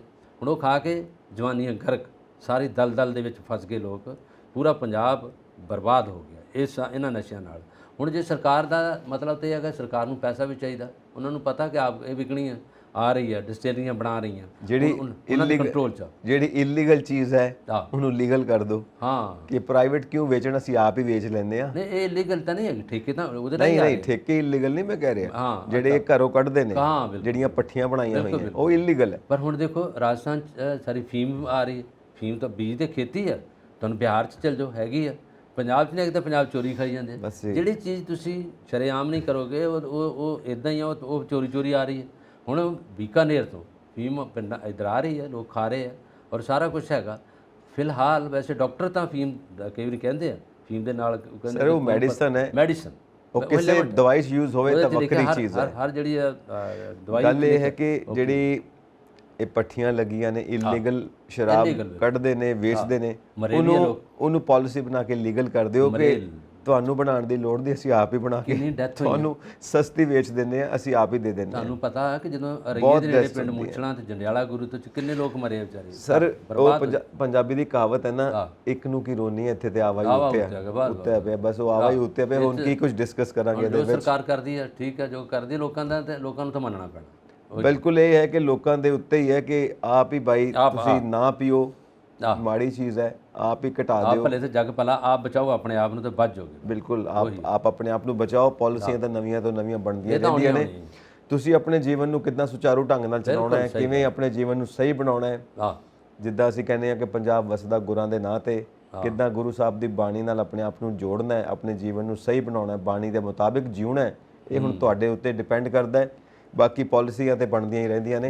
ਆਪਾਂ ਅੱਗੇ ਚੱਲੀਏ ਹੁਣ। ਜ਼ਰੂਰ, ਬਿਲਕੁਲ ਜੀ। ਹੁਣ ਇਹ ਜਿਹੜੀ ਕਾਂਗਰਸ ਦੇ ਵਿੱਚ ਕਾਂਗਰਸ ਦੇ ਵਿੱਚ ਨਹੀਂ, ਕਾਂਗਰਸ ਦੇ ਵਿੱਚ ਨਹੀਂ, ਬੀਜੇਪੀ ਦੇ ਵਿੱਚ, ਬੀਜੇਪੀ ਦੇ ਵਿੱਚ ਜਿਹੜੀ ਇਹ ਖਲਬਲੀ ਮੱਚੀ, ਜਿਹੜੀ ਮੁਹੰਮਦ ਸਾਹਿਬ ਦੇ ਖਿਲਾਫ ਉਹਨਾਂ ਨੇ ਟਿੱਪਣੀ ਕੀਤੀ, ਨੂਪੁਰ ਜੀ ਨੇ, ਉਹਨਾਂ ਦੇ ਇੱਕ ਹੋਰ ਜਿਹੜੇ ਕੁਲੀਗ ਨੇ ਉਹਨਾਂ ਨੇ, ਤੇ ਹੁਣ FIR ਹੋ ਗਈ, ਹੁਣ ਕਾਨੂੰਨੀ ਕਾਰਵਾਈ ਹੋਣ ਜਾ ਰਹੀ ਹੈ, ਧਾਰਾਵਾਂ ਲੱਗ ਚੁੱਕੀਆਂ ਨੇ, ਔਰ ਦੁਨੀਆ ਦੇ ਵਿੱਚ ਫਜ਼ੀਹਤ ਤਾਂ ਇੰਡੀਆ ਦੀ ਹੋ ਹੀ ਚੁੱਕੀ ਹੈ, ਔਰ ਵੱਖ-ਵੱਖ ਜਿਹੜੀਆਂ ਇਸਲਾਮਿਕ ਕੰਟਰੀਜ਼ ਦੇ ਵਿੱਚ ਸਾਡੇ ਰਾਜਦੂਤ ਬੈਠੇ ਹੋਏ ਨੇ, ਉਹਨਾਂ ਦੀ ਪੇਸ਼ੀ ਵੀ ਹੋਈ, ਉਹਨਾਂ ਦੀ ਮਿਨਿਸਟਰੀਜ਼ ਦੇ ਅੱਗੇ, ਉਹਨਾਂ ਦੀ ਅਥਾਰਟੀਜ਼ ਦੇ ਅੱਗੇ। ਹੁਣ ਉਹ ਅੱਗੋਂ ਜਵਾਬ ਕੀ ਦੇਣ, ਇਸ ਗੱਲ ਦਾ ਕੀ ਜਵਾਬ ਬਣਦਾ ਕਿ ਕਿਸੇ ਬੰਦੇ ਨੇ ਇੰਡੀਆ ਵਿੱਚ ਬਹਿ ਕੇ ਕੀ ਕਹਿ ਦਿੱਤਾ, ਹੁਣ ਉਹ ਅੱਗੋਂ ਕੀ ਕਹਿਣ। ਔਰ ਇੰਟਰਨੈਸ਼ਨਲ ਲੈਵਲ 'ਤੇ ਗੱਲ ਕੀਤੀ ਜਾ ਰਹੀ ਹੈ ਕਿ ਮਾਫੀਨਾਮਾ ਹੋਣਾ ਚਾਹੀਦਾ ਹੈ ਭਾਰਤ ਵੱਲੋਂ ਇੰਟਰਨੈਸ਼ਨਲ ਸਟੇਜ ਦੇ ਉੱਤੇ ਕਿ ਇਟਸ ਰੋਂਗ, ਔਰ ਵਾਕਈ ਜੋ ਗੱਲ ਗਲਤ ਹੈ ਉਹ ਗਲਤ ਹੈ। ਇਹ ਹੁਣ ਬੜਾ ਭਖਦਾ ਮਸਲਾ ਹੈਗਾ ਪੂਰਾ ਅੰਤਰਰਾਸ਼ਟਰੀ ਤੌਰ 'ਤੇ। ਉਹਦੇ ਵਿੱਚ ਨੂਪੁਰ ਸ਼ਰਮਾ ਤੇ ਨਵੀਨ ਜਿੰਦਲ, ਉਹਨਾਂ ਦਾ ਨਾਂ ਪ੍ਰਮੁੱਖ ਨਾਂ ਹੈਗਾ, ਔਰ ਉਹਦੇ ਨਾਲ 31 ਹੋਰ ਵੀ ਲੋਕ ਨੇ। ਇਹ ਸਾਰੇ ਲੋਕਾਂ ਨੇ ਜਿਹੜਾ ਮਿਲ ਕੇ ਬੜੀਆਂ ਗਲਤ ਟਿੱਪਣੀਆਂ ਕੀਤੀਆਂ ਪੈਗੰਬਰ ਮੁਹੰਮਦ ਸਾਹਿਬ 'ਤੇ, ਕੁਰਾਨ 'ਤੇ, ਆਇਤਾਂ 'ਤੇ, ਔਰ ਉਹਨਾਂ ਦੇ ਧਰਮ 'ਤੇ, ਔਰ ਉਹਨਾਂ ਨੂੰ ਬੁਰਾ ਲੱਗਾ ਹੈ। ਔਰ ਜਿੱਥੇ ਜਿੱਥੇ ਵੀ ਇਸਲਾਮਿਕ ਦੇਸ਼ ਨੇ, ਜਿੱਥੇ ਜਿੱਥੇ ਵੀ ਇਹਨਾਂ ਦੀ ਆਬਾਦੀ ਹੈ, ਉਹਨਾਂ ਨੇ ਭਾਰਤ ਸਰਕਾਰ ਕੋਲੋਂ ਜਵਾਬ ਮੰਗਿਆ, ਜਿਹਦੇ ਵਿੱਚ ਇਹਨਾਂ ਦੇ ਪ੍ਰਮੁੱਖ ਨੇਤਾ ਤਾਂ ਅਜੇ ਤੱਕ ਚੁੱਪ ਨੇ, ਜਿਹਦੇ 'ਚ ਇਹਨਾਂ ਨੇ ਇਹ ਕਿਹਾ ਕਿ ਟਿੱਪਣੀਆਂ ਜਦੋਂ ਕੀਤੀਆਂ ਗਈਆਂ ਇਹ ਕਿਹਨੂੰ ਪੁੱਛ ਕੇ ਕੀਤੀਆਂ, ਔਰ ਕਿਸ ਤਰ੍ਹਾਂ ਇਹ ਸਾਡੇ 'ਤੇ ਇਹ ਗੱਲਾਂ ਕੀਤੀਆਂ ਸਾਡੇ ਧਰਮ ਦੇ ਪ੍ਰਤੀ। ਔਰ ਇਹਦੇ ਵਿੱਚ ਇਹ ਸਰਕਾਰ ਦੇ ਕੁਝ ਨੁਮਾਇੰਦਿਆਂ ਨੇ ਕਿਹਾ ਕਿ ਅਸੀਂ ਉਹਨਾਂ ਨੂੰ ਪਾਰਟੀ 'ਚੋਂ ਕੱਢ ਦਿੱਤਾ, ਔਰ ਉਹਨਾਂ 'ਤੇ ਅਸੀਂ FIR ਲੌਂਚ ਕਰ ਦਿੱਤੀ ਆ, ਉਹਨਾਂ 'ਤੇ ਕੇਸ ਚੱਲੂਗਾ, ਜੋ ਵੀ ਕੇਸ ਚੱਲਿਆ ਅਸੀਂ ਉਹਦਾ ਜਵਾਬ ਦੇਵਾਂਗੇ ਤੁਹਾਨੂੰ। ਉਹਨਾਂ ਦੇ ਜਿਹੜੇ ਵਿਦੇਸ਼ ਮੰਤਰੀ, ਉਹਨਾਂ ਨੇ ਸਰਕਾਰ ਕੋਲੋਂ ਜਵਾਬ ਮੰਗਿਆ, ਜਿਹਦੇ ਵਿੱਚ 57 ਦੇਸ਼ਾਂ ਦਾ ਇੱਕ ਆਰਗੇਨਾਈਜੇਸ਼ਨ, ਜਿਹਦੇ ਵਿੱਚ 2 ਦੇਸ਼ ਵਿੱਚ ਹੋਰ ਵੀ ਇਕੱਠੇ ਹੋ ਗਏ ਆ, ਇਰਾਕ ਤੇ ਈਰਾਨ ਨੇ ਵੀ ਜਵਾਬ ਮੰਗਿਆ ਇਹਨਾਂ ਕੋਲੋਂ, ਹਿੰਦੁਸਤਾਨ ਗੌਰਮੈਂਟ ਕੋਲੋਂ। ਉੱਥੋਂ ਦੇ ਆਪਣੇ ਪ੍ਰਧਾਨ ਮੰਤਰੀ ਸਾਹਿਬ ਨੇ ਅਜੇ ਤਾਂ ਕੋਈ ਗੱਲ ਨਹੀਂ ਕੀਤੀ, ਵਿਦੇਸ਼ ਮੰਤਰੀ ਵੀ ਅਜੇ ਚੁੱਪ ਨੇ, ਔਰ ਸਾਰਿਆਂ ਨੇ ਅਜੇ ਇਸ ਕਰਕੇ ਉਹਨਾਂ ਨੂੰ ਚੁੱਪ ਕਰਾਇਆ, ਟਵੀਟਸ ਕੀਤੀ ਆ ਕਿ ਆਹ ਦੇਖੋ ਅਸੀਂ ਹੁਣ ਧਾਰਾ 153 ਜਿਹੜੇ ਇੰਡੀਅਨ ਪੀਨਲ ਕੋਡ ਦੇ ਅਕੋਰਡਿੰਗ, ਔਰ 505 ਧਾਰਾ ਜਿਹਦੇ 'ਚ ਧਰਮ ਦੇ ਵਿਰੁੱਧ ਬੋਲਣ ਦਾ ਕਿਸੇ ਨੂੰ ਅਖਤਿਆਰ ਨਹੀਂ, ਕੋਈ ਉਹਦਾ ਫਿਰ ਆਪਣਾ ਜੁਮਾ ਹੈ, ਫਿਰ ਜੁਡੀਸ਼ਰੀ ਵੇਖੂ, ਜੁਡੀਸ਼ਰੀ ਨੇ ਜੋ ਸਜ਼ਾ ਤੈਅ ਕਰਨੀ ਆ ਉਹ ਉਹਨਾਂ ਦੇ ਆਧਾਰ 'ਤੇ ਹੋਊਗੀ। ਇਹ ਇਸ ਵੇਲੇ ਇੱਕ ਪ੍ਰੋਸੈਸ ਸ਼ੁਰੂ ਕਰ ਦਿੱਤਾ। ਗੱਲ ਠੀਕ ਹੈ, ਹੋਰ ਲੋਕਤੰਤਰ 'ਚ ਵਾਧੂ ਕੁਝ ਕੀਤਾ ਨਹੀਂ ਜਾ ਸਕਦਾ। ਕੋਈ ਜੇ ਕੋਈ ਗਲਤ ਬੋਲਦਾ ਜਾਂ ਕੋਈ ਕਿਸੇ ਧਰਮ ਨੂੰ ਨੁਕਸਾਨ ਪਹੁੰਚਾਉਣ ਦੀ ਗੱਲ ਕਰਦਾ ਤੇ ਉਹਦੇ 'ਤੇ ਇਹੋ ਹੀ ਗੱਲ ਕੀਤੀ ਜਾ ਸਕਦੀ ਕਿ ਕੇਸ ਦਰਜ ਹੋਊਗਾ। ਇਸ ਵੇਲੇ FIR ਲੌਂਚ ਹੋ ਗਈ ਆ। ਤੇ ਦੂਜੀ ਗੱਲ ਉਹਨਾਂ ਕਰੀ ਵੀ ਪਾਰਟੀ 'ਚੋਂ ਕੱਢ ਦਿੱਤਾ। ਹੁਣ ਇਹਨਾਂ ਦੇ ਇਹ ਤਾਂ ਨਹੀਂ ਕਿ ਉਹਨਾਂ ਦੇ ਡੰਡਾ ਮਾਰਨਗੇ ਸਿਰ 'ਚ, ਪੰਜਾਬੀ ਕੰਮ ਤਾਂ ਇਹ ਪੰਜਾਬੀ ਕਰਦੇ ਲੜਾਈ ਝਗੜੇ ਦਾ, ਇਹ ਤਾਂ ਸੈਂਟਰ 'ਚ ਹੈਗੇ ਆ। ਫਿਰ ਇੱਕ ਵਿੱਚ ਬੀਬੀ ਜੀ ਆ ਜਿਨ੍ਹਾਂ ਨੇ ਨੂਪੁਰ ਜੀ ਸ਼ਰਮਾ ਜੀ, ਹੁਣ ਹੈ ਤਾਂ ਸਿਆਣੇ ਆ, ਪ੍ਰਵਕਤਾ ਵਾ ਔਰ ਪੜ੍ਹੇ ਲਿਖੇ ਲੋਕ ਹੈ, ਪਰ ਕਿਸੇ ਵੇਲੇ ਬੁੱਧੀ ਭ੍ਰਿਸ਼ਟ ਹੋ ਜਾਏ, ਬੁੱਧੀ ਦੇ ਵਿੱਚ ਕੋਈ ਗਲਤ ਗੱਲ ਆ ਜਾਏ, ਔਰ ਲਾਈਵ ਬੋਲ ਰਹੇ ਆ, ਜਿਹਦੇ 'ਚ TV ਪੈਨਲ ਆ, ਜਿਹਦੇ 'ਚ ਡਿਸਕਸ਼ਨ ਆ, ਜਿਹਦੇ 'ਚ ਧਰਮ ਦਾ ਮਤਲਬ ਕੋਈ ਨਹੀਂ ਹੁੰਦਾ। ਪੋਲੀਟਿਕਸ 'ਚ ਧਰਮ ਦਾ ਕਿਉਂ ਮਤਲਬ ਹੈਗਾ, ਕਿਉਂ ਇਹ ਇਸ਼ੂ ਕਿੱਦਾਂ ਆ ਗਿਆ? ਤੁਸੀਂ ਇਹ ਵੀ ਦੇਖੋ ਕੌਨਸ਼ੀਅਸਲੀ ਕਿਹਾ ਹੈ, ਅਨਕੌਨਸ਼ੀਅਸਲੀ ਨਹੀਂ ਗੱਲ। ਤੁਸੀਂ ਇਹ ਦੇਖੋ ਕਿੰਨੀ ਨਫ਼ਰਤ ਹੈ ਸਾਡੇ ਦਿਲਾਂ ਦੇ ਵਿੱਚ, ਕਿੰਨੀ ਨਫ਼ਰਤ ਹੈ ਇੱਕ ਦੂਜੇ ਦੇ ਲਈ। ਔਰ ਅਸੀਂ ਕੀ ਕੁਝ ਕਹਿ ਜਾਂਦੇ ਹਾਂ, ਕੀ ਕੁਝ ਬੋਲ ਜਾਂਦੇ ਹਾਂ, ਫਿਰ ਤਰਕ ਦਿੰਦੇ ਹਾਂ। ਉਹ ਵੀ ਤਾਂ ਸਾਨੂੰ ਕਹਿੰਦੇ ਨੇ ਤਾਂ ਅਸੀਂ ਕਹਿ ਦਿੱਤਾ, ਉਹ ਕਹਿੰਦੇ ਨੇ ਤਾਂ ਇਹਦਾ ਮਤਲਬ ਤੁਸੀਂ ਵੀ ਕਹੋਗੇ। ਜੇ ਉਹ ਕਹਿੰਦੇ ਨੇ ਉਹਨਾਂ ਨੂੰ ਪੁੱਛਿਆ ਜਾਵੇ ਬਈ ਬਈ ਤੁਸੀਂ ਕਿਉਂ ਕਹਿੰਦੇ ਹੋ। ਹੁਣ ਉਹਦਾ ਮਸਲਾ ਇਹ ਤਾਂ ਨਹੀਂ ਕਿ ਤੁਸੀਂ ਵੀ ਜਵਾਬ ਦੇ ਵਿੱਚ ਉੱਦਾਂ ਦੀ ਗੱਲ ਕਹੋ ਤੇ ਬਾਕੀ ਸਮਾਜ ਦੀ ਦੇਖ ਰੇਖ ਕੌਣ ਕਰੇਗਾ? ਤੁਸੀਂ ਦੋ ਜਾਣੇ ਆਪਸ ਲੜੀ ਜਾਓ, ਬਹਿਸ ਕਰੀ ਜਾਓ ਤੇ ਤੁਹਾਡੀਆਂ ਗੱਲਾਂ ਦਾ ਅਸਰ ਪੂਰੇ ਸਮਾਜ ਤੇ ਹੋਵੇ, ਪੂਰੇ ਦੇਸ਼ ਤੇ ਹੋਵੇ, ਇੱਥੋਂ ਤੱਕ ਇੰਟਰਨੈਸ਼ਨਲ ਲੈਵਲ ਤੱਕ ਇਹ ਗੱਲ ਜਾਵੇ, ਇੰਟਰਨੈਸ਼ਨਲ ਰਿਲੇਸ਼ਨਸ ਤੱਕ ਇਹ ਗੱਲ ਆਉਣ। ਮਤਲਬ ਤੁਸੀਂ ਦੋ ਜਾਣੇ ਇੰਨੇ ਇੰਪੋਰਟੈਂਟ ਹੋ ਗਏ ਹੋ ਕਿ ਤੁਹਾਡੀ ਆਪਣੀ ਖਹਿਬਾਜ਼ੀ, ਆਪਸ ਦੀ ਨਫ਼ਰਤ ਦੇ ਵਿੱਚ ਸਾਰੇ ਰਿੜਕੇ ਜਾਣ। ਇਹ ਬਿਲਕੁਲ ਗਲਤ ਗੱਲ। ਹੁਣ ਜਿਹੜੀ ਇਹ ਕਾਨੂੰਨੀ ਕਾਰਵਾਈ ਹੈ ਇੱਥੇ ਵੀ ਹੈਗੀ ਨਾ ਕਿ ਜੇ ਤੁਸੀਂ ਉਹਨਾਂ ਨੂੰ ਕਹੋ ਕਿ ਜੇ ਤੁਸੀਂ ਸਟੱਡੀ ਕੀਤੀ ਹੈ, ਕੰਪੈਰੀਟਿਵਲੀ ਸਟੱਡੀ ਕੀਤੀ ਹੈ, ਸਾਰੇ ਧਰਮਾਂ ਨੂੰ ਪੜ੍ਹਿਆ, ਫਿਰ ਤਾਂ ਗੱਲ ਮੰਨਦੇ ਆ ਕਿ ਤੁਸੀਂ ਉਹਦਾ ਸਿੱਧ ਕਰੋ ਨਾ ਉਹਨੂੰ। ਤੇ ਜੇ ਤੁਸੀਂ ਪੜ੍ਹਿਆ ਕੱਖ ਨਹੀਂ ਗਏ, ਜੇ ਤੁਹਾਨੂੰ ਕੁਰਾਨ ਦੀਆਂ ਆਇਤਾਂ ਦਾ ਨਹੀਂ ਪਤਾ, ਕੁਰਾਨ ਦਾ ਜਿਹੜਾ ਥੀਸਿਸ ਹੈ, ਕੁਰਾਨ ਦੇ ਵਿੱਚ ਕੀ ਲੋਕਾਂ ਲਈ ਕਿਹਾ ਗਿਆ ਹੈਗਾ, ਮੁਹੰਮਦ ਸਾਹਿਬ ਨੇ ਕੀ ਪੈਗਾਮ ਦਿੱਤਾ ਸਾਰੀ ਲੋਕਾਈ ਨੂੰ, ਕੀ ਕੁਝ ਕੀਤਾ ਹੈਗਾ, ਜੇ ਤੁਹਾਨੂੰ ਉਹਦਾ ਪਤਾ ਨਹੀਂ ਕਿ ਤੁਸੀਂ ਕਿਉਂ ਗੱਲ ਕਰਦੇ ਜੀ? ਜੇ ਤੁਹਾਨੂੰ ਧਰਮ ਦੇ ਬਾਰੇ ਤਾਂ ਉਦੋਂ ਗੱਲ ਛਿੜੀ ਜਾਣੀ ਚਾਹੀਦੀ ਹੈ ਜੇ ਤੁਹਾਨੂੰ ਉਹਦਾ ਕੋਈ ਨੌਲੇਜ ਆ, ਕੋਈ ਗਿਆਨ। ਇਹ ਧਰਮ ਦੇ ਜੋ ਆਲਿਮ ਫਾਜ਼ਿਲ ਲੋਕ ਨੇ, ਜੋ ਧਾਰਮਿਕ ਗੁਰੂ ਨੇ, ਜਿਨ੍ਹਾਂ ਨੇ ਸਾਰੇ ਧਰਮਾਂ ਨੂੰ ਪੜ੍ਹਿਆ ਹੈ, ਉਹ ਤਾਂ ਇਹ ਗੱਲ ਕਰਨ। ਤੁਹਾਡਾ ਇਹ ਸਿਲੇਬਸ ਹੀ ਨਹੀਂ ਹੈ, ਤੁਹਾਡਾ ਇਹ ਫੀਲਡ ਹੀ ਨਹੀਂ। ਤੁਸੀਂ ਰਾਜਨੀਤੀ ਦੇ ਨਾਲ ਸੰਬੰਧਿਤ ਲੋਕ ਹੋ, ਤੁਸੀਂ ਰਾਜਨੀਤੀ ਦੀ ਗੱਲ ਕਰੋ। ਤੁਸੀਂ ਧਰਮ ਦੇ ਵਿੱਚ ਕਿਉਂ ਆਉਂਦੇ ਪਏ ਹੋ? ਨਹੀਂ, ਗਲਤ ਗੱਲ ਹੈ। ਸਾਰਿਆਂ ਨੇ ਇਹਨੂੰ ਕਿਹਾ। ਔਰ ਜਿਹੜੇ ਸਾਰੇ ਧਰਮਾਂ ਦੇ ਆਗੂ ਨੇ, ਜਿਨ੍ਹਾਂ ਨੇ ਸਾਰੇ ਧਰਮਾਂ ਨੂੰ ਪੜ੍ਹਿਆ, ਉਹਨਾਂ ਨੂੰ ਕਦੀ ਪੁੱਛ ਕੇ ਦੇਖੋ, ਉਹ ਕਦੀ ਨਫ਼ਰਤ ਦੀ ਗੱਲ ਹੀ ਨਹੀਂ ਕਰਨਗੇ। ਉਹ ਇੱਕੋ ਹੀ ਗੱਲ ਕਰਨਗੇ, ਮਜ਼ਹਬ ਨਹੀਂ ਸਿਖਾਤਾ ਆਪਸ ਵਿੱਚ बैर रखना। ਸਿੱਧੀ ਗੱਲ ਹੈ, ਕੋਈ ਵੀ ਧਰਮ ਆਪਸੀ बैर ਨਹੀਂ ਕਹਿੰਦਾ, ਆਪਸੀ ਭਾਈਚਾਰੇ ਦੀ ਗੱਲ ਕਰਦਾ ਹੈ, ਕੋਈ ਵੀ ਧਰਮ ਲੈ ਲਓ। ਸੋ ਇਹ ਜਿਹੜੀ ਹੈ ਨਾ ਆਪ ਮੁਹਾਰੀਆਂ ਗੱਲਾਂ ਕਰਨੀਆਂ, ਆਪ ਹੁਦਰੀਆਂ ਗੱਲਾਂ ਕਰਨੀਆਂ ਔਰ ਆਪਣੇ ਆਪ ਨੂੰ ਸਭ ਤੋਂ ਸਿਆਣਾ ਸਮਝਣਾ, ਇੱਕ ਤਾਂ ਇਹ ਬੜੀ ਦਿੱਕਤ ਹੈ ਇਨਸਾਨ ਦੇ ਨਾਲ ਕਿ ਸਭ ਤੋਂ ਸਿਆਣਾ ਮੈਂ ਹੀ ਹਾਂ ਦੁਨੀਆ ਦੇ ਵਿੱਚ, 1.5 ਅਕਲ ਇੱਕ ਮੇਰੇ ਕੋਲ, ਅੱਧੇ ਵਿੱਚ ਸਾਰੀ ਦੁਨੀਆ। ਹੁਣ ਆਹ ਜਿਹੜੀ ਸੋਚ ਹੈ ਨਾ, ਇਹਨੇ ਮਾਰਿਆ ਹੋਇਆ ਸਭ ਨੂੰ। ਔਰ ਦੂਜਾ ਈਗੋ, ਜਿਹੜਾ ਸਾਡਾ ਅਹੰਕਾਰ ਹੈ ਨਾ, ਉਹ ਦੂਜੇ ਨੂੰ ਕਦੇ ਠਹਿਰਨ ਨਹੀਂ ਦਿੰਦਾ, ਦੂਜੇ ਨੂੰ ਅਸੀਂ ਸਵੀਕਾਰ ਹੀ ਨਹੀਂ ਕਰਦੇ। ਅਹੰਕਾਰ ਨੇ ਮਾਰਿਆ ਹੋਇਆ ਸਾਰੇ ਸਮਾਜ ਨੂੰ। ਸੋ ਇਹ ਗੱਲਾਂ ਜਿਹੜੀਆਂ ਨੇ, ਇਹ ਗੱਲਾਂ ਤਬਾਹੀ ਵੱਲ ਲੈ ਕੇ ਜਾ ਰਹੀਆਂ ਨੇ। ਫਰੀਦ ਜੀ ਨੇ ਠੀਕ ਕਿਹਾ, ਉਹਨਾਂ ਦਾ ਸ਼ਲੋਕ ਹੈ, ਫਰੀਦਾ ਜੇ ਤੂੰ ਅਕਲ ਲਤੀਫ ਹੈ, ਪੈੜੇ ਲਿਖ ਨਾ ਲੇਖ, ਆਪਣੇ ਹੀ ਗਰੇਮਾਨ ਵਿੱਚ ਸਿਰ ਨੀਵਾਂ ਕਰ ਦੇਖ। ਇਹਨੂੰ ਇੰਟਰੋਸਪੈਕਸ਼ਨ ਕਹਿੰਦੇ ਆ ਕਿ ਤੁਸੀਂ ਆਪਣੇ ਆਪ ਨੂੰ ਵੇਖੋ ਸਹੀ, ਮੈਂ ਕੀ ਹਾਂ, ਹੈ ਕਿ ਨਹੀਂ, ਮੈਂ ਕਿੱਥੇ ਬੋਲ ਰਿਹਾ। ਜੇ ਮੈਂ ਠੀਕ ਹੈਗਾ, ਮੈਂ ਉੱਚਾ ਹਾਂ, ਜੇ ਮੈਂ ਸਾਰਾ ਕੁਝ ਸਮਝਦਾਰ ਹਾਂ, ਫਿਰ ਤਾਂ ਮੈਂ ਬੋਲਾਂ। ਜੇ ਮੈਨੂੰ ਪਤਾ ਨਹੀਂਗਾ ਕਿ ਧਰਮ ਕੀ ਹੈ ਔਰ ਧਰਮਾਂ ਬਾਰੇ ਇਹਦੇ ਦੀ ਅਧਿਐਨ ਕੀ ਹੁੰਦਾ, ਤੇ ਫਿਰ ਕਿਉਂ ਗੱਲ ਛੇੜਨੀ ਚਾਹੀਦੀ ਹੈ। ਗੱਲ ਉਹ ਕਰੋ ਜਿਹੜੀ ਇਸ ਗੱਲ ਤੇ ਤੁਹਾਨੂੰ ਥੋੜਾ ਬਹੁਤ ਪਤਾ, ਫਿਰ ਵਿਸਤਾਰਪੂਰਵਕ ਗੱਲ ਕਰੋ। ਸੈਲਫ ਇੰਟਰੋਸਪੈਕਸ਼ਨ ਦੇ ਉੱਤੇ ਅਸੀਂ ਖਤਮ ਕਰਦੇ ਹਾਂ ਇਸ ਨੋਟ ਦੇ ਉੱਤੇ। ਕਹਿੰਦੇ ਨੇ ਨਾ ਕਿ ਬੁਰਾ ਜੋ ਦੇਖਣ ਮੈਂ ਚੱਲਾ, ਬੁਰਾ ਨਾ ਮਿਲਿਆ ਕੋਏ, ਜੋ ਦਿਲ ਦੇਖਿਆ ਆਪਣਾ, ਮੁਝਸੇ ਬੁਰਾ ਨਾ ਕੋਏ। ਤਾਂ ਇਸ ਬੰਦੇ ਨੂੰ, ਜਿਹੜਾ ਬੰਦਾ ਸਾਡੇ ਅੰਦਰ ਬੈਠਾ ਹੈ ਸਾਰਿਆਂ ਦੇ ਅੰਦਰ, ਇਸ ਬੰਦੇ ਨੂੰ ਆਪਣੇ ਅੰਦਰ ਝਾਤ ਮਾਰਨੀ ਚਾਹੀਦੀ ਹੈ। ਬਿਲਕੁਲ ਬਿਲਕੁਲ। ਸੋ ਹੁਣ ਚੱਲੀਏ ਜੀ। ਹਾਂ ਬਿਲਕੁਲ, ਇਜਾਜ਼ਤ ਚੱਲਣਾ ਚਾਹੀਦਾ ਜੀ। ਇਜਾਜ਼ਤ ਲੈਂਦੇ ਹਾਂ ਤੇ ਫਿਰ ਇੱਕ ਨਵੇਂ ਐਪੀਸੋਡ ਦੇ ਨਾਲ ਤੁਹਾਡੇ ਰੂਬਰੂ ਹੋਵਾਂਗੇ। ਸਤਿ ਸ਼੍ਰੀ ਅਕਾਲ ਜੀ। ਸਤਿ ਸ਼੍ਰੀ ਅਕਾਲ ਜੀ।